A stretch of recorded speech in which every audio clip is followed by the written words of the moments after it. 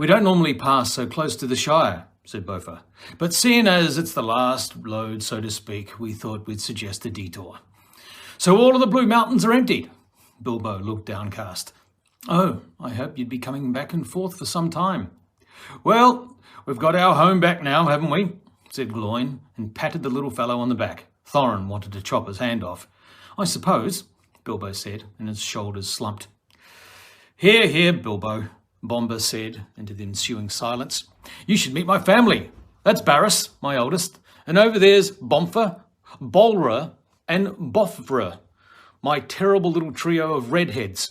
And the two big dark-haired lads there are Barum and Barur.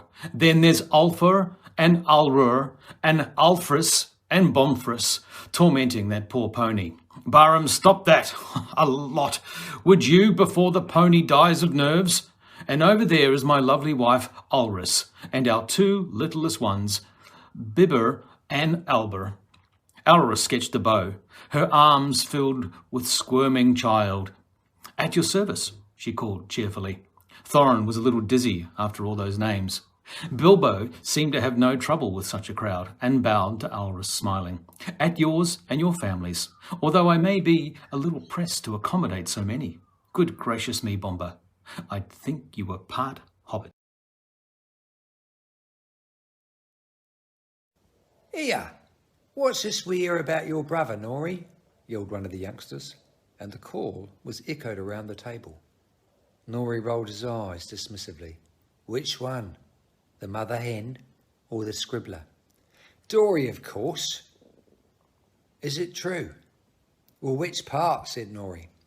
That he punched out the head of the Miners' Guild in order to become guildmaster himself, and he broke his jaw. Oh, that, said Nori dismissively. Yeah, is it true? There was a wistful silence around the table, and Thorin covered a smile. Dory would become the first guildmaster, not of the Smiths' Guild or the Miners' Guild, in over 500 years. Well, don't look so shocked. He only broke the jaw a little bit. Oh, and he'll have to get a couple of gold teeth to replace him. But it's not like he got his throat slit or nothing, said Nori.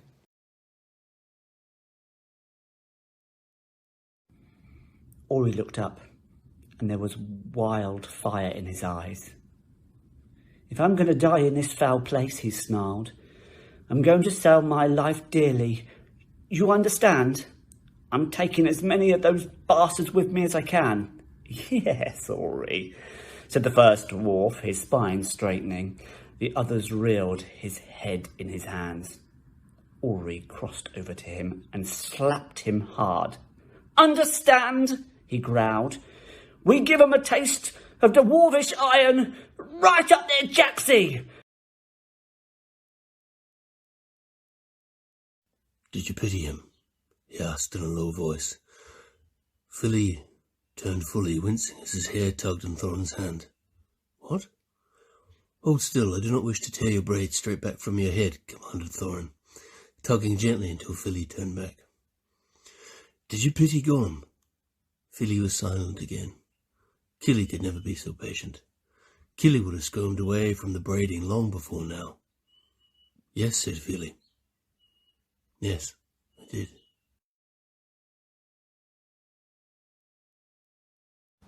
Oin glowered at them both.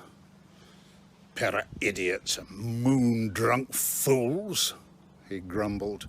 I feel ill. Thorin, do I really have to watch these two make calf-eyes at each other?